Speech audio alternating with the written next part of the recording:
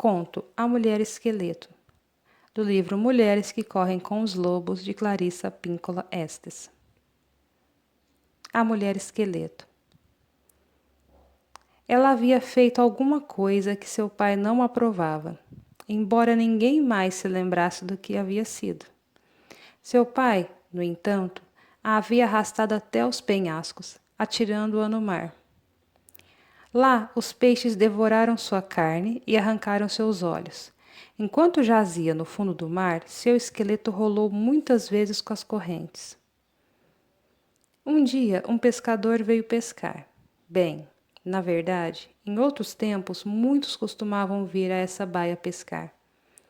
Esse pescador, porém, estava afastado da sua colônia e não sabia que os pescadores da região não trabalhavam ali sob a alegação de que a enseada era mal assombrada.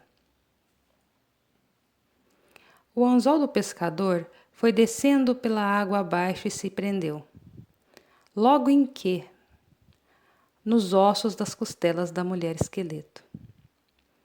O pescador pensou: Oba! Agora peguei um grande de verdade. Agora peguei um mesmo. Na sua imaginação, ele já via quantas pessoas esse peixe enorme iria alimentar. Quanto tempo sua carne duraria, quanto tempo ele se veria livre da obrigação de pescar. E enquanto ele lutava com esse enorme peso na ponta do anzol, o mar se encapelou com uma espuma agitada. E o caiaque empinava e sacudia porque aquela que estava lá embaixo lutava para se soltar. E quanto mais ele lutava, tanto mais ela se enredava na linha. Não importa o que fizesse, ela estava sendo inexoravelmente arrastada para a superfície, puxada pelos ossos das próprias costelas. O pescador havia se voltado para recolher a rede e por isso não viu a cabeça calva surgir acima das ondas. Não viu os pequenos corais que brilhavam nas órbitas do crânio. Não viu os crustáceos nos velhos dentes de marfim. Quando ele se voltou com a rede nas mãos, o esqueleto inteiro, no estado em que estava, já havia chegado à superfície. E caía suspenso da extremidade do caiaque pelos dentes incisivos. Ah! Gritou o homem. E seu coração afundou até os joelhos, seus olhos se esconderam apavorados no fundo da cabeça e suas orelhas arderam num vermelho forte. Ah! Berrou ele, soltando-a da proa com o remo e começando a remar loucamente na direção da terra, sem perceber que ela estava emaranhada na sua linha. Ele ficou ainda mais assustado, pois ela parecia estar em pé a persegui-lo o tempo todo até a praia. Não importava de que jeito ele desviasse o caiaque, ela continuava ali atrás. Sua respiração formava nuvens de vapor sobre a água e seus braços se agitavam como se quisesse agarrá-lo para levá-lo para as profundezas. Ah! Uivava ele, quando o caiaque encalhou na praia. De um salto, ele estava fora da embarcação e saía correndo agarrado à vara de pescar. E o cadáver branco da mulher esqueleto, ainda preso à linha de pescar, vinha aos solavancos bem atrás dele. Ele correu pelas pedras e ela o acompanhou. Ele atravessou a tundra gelada e ela não se distanciou. Ele passou por cima da carne que havia deixado a secar, rachando-a em pedaços com as passadas dos seus muquilux. O tempo todo ela continuou atrás dele. Na verdade, até pegou um pedaço do peixe congelado enquanto era arrastada. E logo começou a comer porque há muito tempo não se saciava. Finalmente o homem chegou ao seu iglu, enfiou-se direto no túnel e de quatro engatinhou de qualquer jeito para dentro, ofegante e soluçante. Ele ficou ali deitado no escuro com o coração parecendo um tambor enorme. Afinal, estava seguro. Ah, tão seguro. É seguro, graças aos deuses. Haven é graças a Haven. e também a todo generosa Sedna. Em segurança, afinal. Imaginem quando ele acendeu sua lamparina de óleo de baleia, ali estava ela, aquilo, jogada no chão de neve, com o calcanhar sobre um ombro, um joelho preso nas costelas e um pé por cima do cotovelo. Mais tarde, ele não saberia dizer o que realmente aconteceu. Talvez a luz tivesse suavizado suas feições, talvez fosse o fato de ele ser um homem solitário, mas sua respiração ganhou um quê de delicadeza. Bem devagar ele estendeu as mãos encardidas e falando baixinho como a mãe fala com o filho, começou a soltá-la da linha de pescar. Oh, nananá! Ele primeiro soltou os dedos dos pés, depois os tornozelos. Oh, nananá! Trabalhou sem parar noite adentro até cobri-la de peles para aquecê-la, já que os ossos da mulher esqueleto eram iguaizinhos aos de um ser humano. Ele procurou sua pederneira na bainha de couro e usou um pouco do próprio cabelo para acender mais um foguinho. Ficou olhando para ela de vez em quando. Enquanto passava óleo na preciosa madeira da sua vara de pescar e enrolava novamente sua linha de seda, e ela, no meio das peles, não pronunciava a palavra, não tinha coragem, para que o caçador não a levasse lá para fora e a jogasse lá embaixo das pedras, quebrando totalmente seus ossos. O homem começou a sentir sono, enfiou-se nas peles de dormir e logo estava sonhando. Às vezes, quando os seres humanos dormem, acontecem de uma lágrima escapar do olho de quem sonha. Nunca sabemos que tipo de sonho provoca isso, mas sabemos que ou é um sonho de tristeza ou de anseio. E foi isso que aconteceu com o homem. A mulher esqueleto viu o brilho da lágrima à luz do fogo e, de repente, ela sentiu uma sede daquelas. Ela se aproximou do homem que dormia, rangendo e retinindo, e pôs a boca junto à lágrima. Aquela única lágrima foi como um rio que ela bebeu e bebeu até saciar sua sede de tantos anos. Enquanto estava deitada ao seu lado, ela estendeu a mão para dentro do homem que dormia e retirou seu coração, aquele tambor forte. Sentou-se e começou a batucar dos dois lados do coração, bum, bum, bum, bum. Enquanto marcava o ritmo, ela começou a cantar em voz alta. Carne, carne, carne, carne, carne, carne. Quanto mais cantava, mais seu corpo se revestia de carne. Ela cantou para ter cabelo, olhos saudáveis e mãos boas e gordas. Ela cantou para ter a divisão entre as pernas e os seios compridos, o suficiente para se enrolarem e dar calor e todas as coisas de que as mulheres precisam. Quando estava pronta, ela também cantou para despir o homem que dormia e se enfiou na cama com ele. A pele de um tocando a do outro. Ela devolveu o grande tambor, o coração ao corpo dele, e foi assim que acordaram abraçados um ao outro, enredados da noite juntos. Agora de outro jeito, de um jeito bom e duradouro. As pessoas que não conseguem se lembrar de como aconteceu a sua primeira desgraça, dizem que ela e o pescador foram embora e sempre foram bem alimentados pelas criaturas que ela conheceu na sua vida debaixo d'água. As pessoas garantem que é verdade e que é só isso o que sabem. O que a mulher esqueleto nos diz como premissa principal no conto? A gente precisa encarar a mulher esqueleto. Ela simboliza exatamente isso. Ela simboliza a perda, o fim, a morte dentro das relações. Não necessariamente relações que eu falo na vida como toda, relação com a gente mesmo, com as nossas fases de vida, né? Relação com as pessoas com quem a gente convive, enfim. Os relacionamentos aqui, no caso, abrange todo tipo de relacionamento, todo tipo de relação humana, né?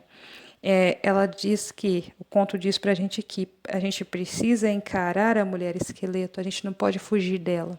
A gente tentar manter sempre uma linha reta, né, dentro das relações da vida ou na vida da gente, não é uma possibilidade, a gente já sabe disso. Porque a gente chegou até aqui, né, até ouvir esse conto e essa interpretação, significa que a gente já passou por muitos ciclos de perda, né, de vida, morte e vida pela vida fora. Né, que a gente perdeu muito e sobreviveu às perdas, né? Que essa é a parte fundamental. Então a gente já se deparou com a mulher esqueleto muitas vezes na vida da gente e de diversas formas, né? Só que culturalmente a gente não é ensinado a lidar. A gente é ensinado a não olhar, a gente é ensinado a fazer igual o pescador, né? Você viu o esqueleto, né? Você viu a mulher esqueleto, você corre, você foge dela, né? Você faz de conta que ela não está ali, que ela não existe, você não a alimenta, você não propicia, você não tem um olhar carinhoso para com ela, né? A gente corre, foge, finge que não existe. E a gente é sempre pego das maneiras mais diversas e difíceis, né? Quando a gente se depara com ela, porque a gente não tem o hábito, né, de lidar, né, com os ciclos. A gente lida na marra, porque a gente é obrigado, a gente perde, perder é inerente, então a gente perde. E a partir do momento que a gente perde, a gente fica totalmente sem chão, sem norte, a gente não sabe o que fazer, a gente se perde totalmente, porque nós não somos ensinados a lidar com o que o conto traz para a gente, com os ciclos da vida, morte e vida dentro da vida da gente, com os ciclos que tem começo, meio e fim na vida da gente. Né? A mulher esqueleto, ela traz essa premissa para a gente, o conto. Né? A gente precisa, se você fisga o esqueleto, você olha lá, você passa de um cômodo para o outro da sua casa interior, lá está a mulher esqueleto te indicando que tudo que tem um começo tem um fim. Então, o que você precisa fazer? Criar uma relação, um relacionamento, ou seja, criar na cabeça da gente a consciência de que existe a perda, de que existem ciclos e que eles têm começo, meio e fim. E quando eles findam, não significa que eles acabam, significa que a vida ali vai ser renovada, mas a gente precisa trabalhar a aceitação daquilo que a gente perdeu. Fazer o processo ou o trabalho de luto das perdas. E a gente precisa principalmente retomar e ressignificar muitas perdas pelas quais nós já passamos na vida. A gente precisa voltar a olhar para essas perdas e a gente precisa sentar com aquela dor antiga, conversar, se for possível, obviamente, sentar com aquela dor antiga, conversar com ela, sentar e elaborar essas perdas, cada perda, aceitar que foi, que passou, né? Guardar aquilo de bom e deixar ir embora. A gente precisa deixar embora aquilo que já passou da vida da gente. E quando a gente faz isso, a gente está abrindo espaço, terreno, território para o novo. Né? Porque se é vida, morte e vida, significa que depois daquela perda, que aquilo que a gente perdeu, a gente conseguir aceitar e deixar embora, a gente vai estar automaticamente abrindo espaço para que o novo venha, para que a vida seja renovada ali. A mulher esqueleto não canta, canta, canta e vai de novo enchendo o esqueleto de carne, carne. Então ela faz os seios, ela faz as pernas, a abertura entre as pernas, simbólico. Ela não refaz o cabelo, ela não se deita com o homem e começa um novo ciclo da vida. A mulher esqueleto, ela começa um novo ciclo da vida. Então é isso que o conto traz para a gente. A gente precisa elaborar e ressignificar as perdas passadas. A gente precisa perder o medo de olhar para elas. Claro que, obviamente, quando for possível fazer isso, E então a gente elaborar, aceitar, deixar embora, para a gente poder então começar um novo ciclo na vida.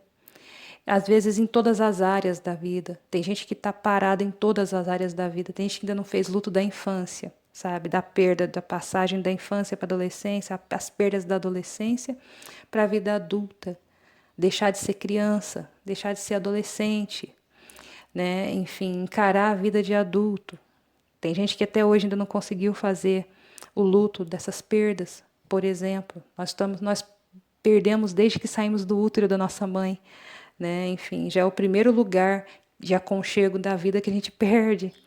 Então a gente precisa passar por todos os processos de elaboração, ressignificação, né? E saber que cada ciclo já foi concluído. Embora a gente tenha desenvolvido o corpo físico, às vezes, psiquicamente, a gente ainda está preso lá em questões do passado, em questões realmente relevantes, lá da infância, às vezes lá do bebê ainda, né? Então, a gente precisa elaborar as nossas dores, elaborar as nossas perdas, aceitar o lugar onde nós estamos e a posição que ocupamos, entender que existem ciclos, entender através do conto também que existe o que a vida, morte e vida, e então a gente poder seguir, né, numa vida mais equilibrada emocionalmente, mais equilibrada, com maior potencial de aceitação das coisas como elas são. E então, a partir daí, a gente então está cada vez mais apto para poder viver de acordo com o que é proposto, né, pela doutora Clarissa Pinkola Estes, que é então essa natureza mais original, né, essa intuição de dar espaço para abrir, para poder abrir espaço, para emergir então essa força selvagem, né? A gente precisa passar pelo processo de elaboração de muita coisa.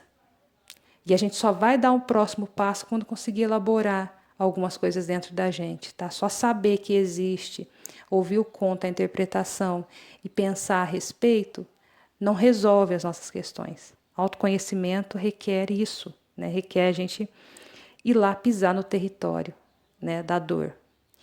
E saber que ela está lá e saber que a gente pode negociar com ela, que a gente precisa fazer isso, a gente precisa. Enquanto a gente não conseguir olhar para essas questões, a gente não consegue evoluir. Só que é cada coisa no seu tempo, como eu digo sempre. A gente não se obriga a fazer isso. A gente vai ter um tempo certo para cada coisa. A gente precisa, enquanto isso, ir vendo, estudando, conhecendo, se conhecendo cada vez mais, para quando chegar o momento certo, a gente está pronto para ressignificar. Tá? Não é mágica, requer bastante trabalho, mas como eu disse, antes do tempo, a fruta não amadurece antes do tempo, só porque a gente está com vontade de comer, né? Se ela leva um ano para ficar madura, é um ano que você vai ter que esperar. Então, se você precisar de um ano, 2, 5, 10 para elaborar uma dor, é esse tempo que você vai precisar. Então, é isso que eu tenho para trazer para vocês de interpretação desse conto. Ele é muito significativo, vale refletir bastante, vale ouvir e refletir várias vezes acerca do que o conto Mulher Esqueleto traz para você, enquanto conteúdo. O que ele te faz sentir. Anota, pode pegar um caderninho, pode comprar um bloquinho de anotações e anotando que cada conto que você ouvir, mais a interpretação, o que isso traz para você de sentido, né? O que isso traz para você de... o que isso te faz pensar, refletir, sentir, querer, enfim, o que isso traz à tona em você, o que você sentiu quando estava ouvindo?